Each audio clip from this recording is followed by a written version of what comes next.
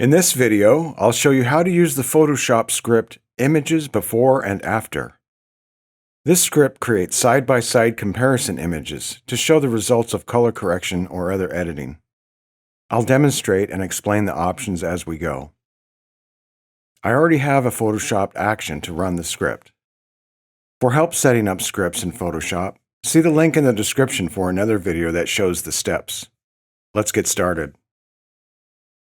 The script can process the current image or a folder of images. To begin, we'll work with an open image. Before running the script, let's have a look at the layer structure of this example image. Atop the background layer is a group, Edit 1. Turn it off to see the original image, and back on to see it adjusted. Now let's make something to show the client. To run the script, open the Actions panel. Go to the Window menu, Actions. In the list, select the script Images Before and After. Click the Actions panel Play button to run the script, which displays the interface. The interface has 4 sections: Before, After, Match File Names, which only applies when locating before images in a folder, and Output. Before has 3 choices. The After image lowest layer. This is usually the background layer, the original image. The second choice is the After image without the highest group. This is useful for later edits that add a group of adjustments to everything below it. The last choice is Folder. This searches for a file name similar to the image name, that is the original image before editing.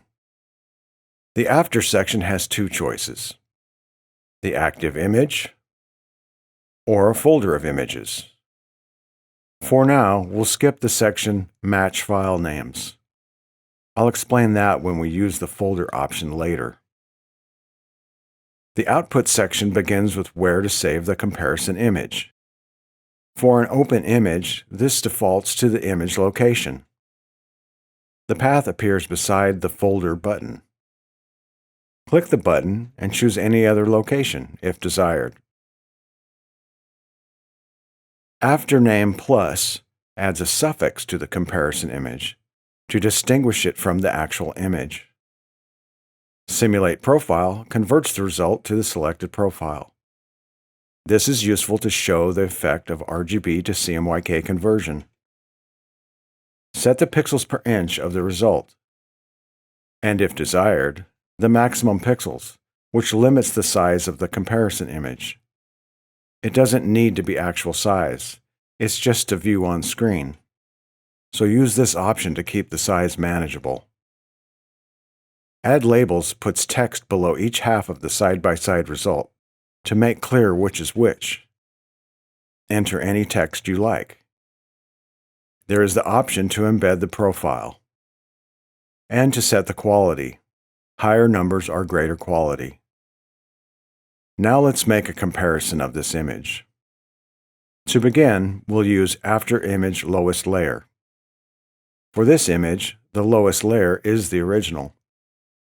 Click OK, and the comparison is created.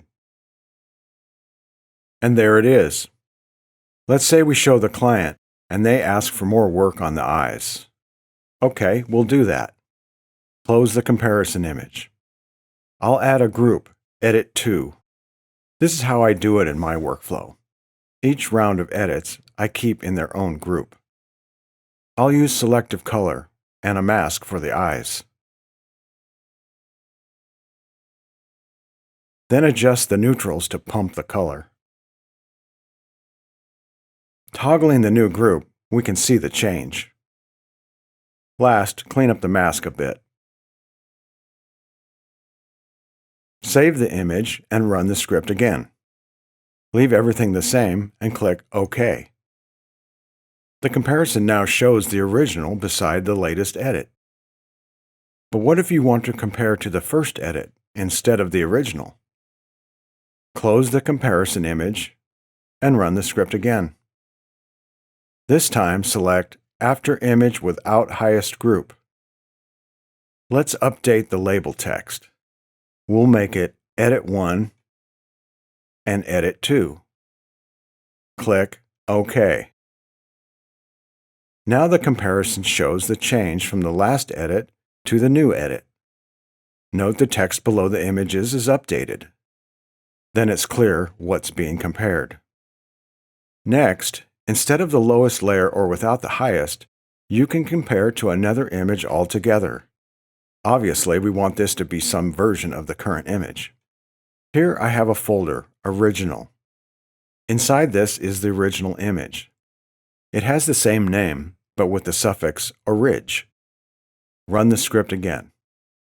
This time, in the Before section, select Folder. Navigate to the folder with the original image. Click Open. Now the section Match File Names becomes active. There are 3 choices of how to match images by their file names. Use exact when original and edited files have precisely the same name. Contains before image name matches when the original file name appears within the edited file name. Contains after image name is the opposite. The edited file name appears within the original file name. For this image, that's the choice we want. Click OK. And there it is, like before. Next, we'll do the same to a folder of images. For the next example, I have a folder of edited images. These are like the prior example. The background is the original, with an edit group above it. I also have a folder of the original images. We could use either option shown before, the lowest layer, or compare to a folder. For this example, I'll use folder for both before and after. We don't need an image open when processing a folder. Run the script. In the Before section, choose Folder. Navigate to and select the folder of original images. In the After section, also choose Folder. Navigate to and select the folder of edited images. Again, we'll use the name matching option, Contains After Image. Click OK and processing begins. The script goes through the folder looking for names that match.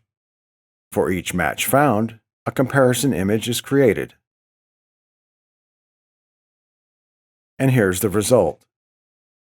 Every edited file has a comparison image. For these images, it would also work to use the lowest layer option. It all depends on your workflow. Download the script and give it a try. See the link in the description.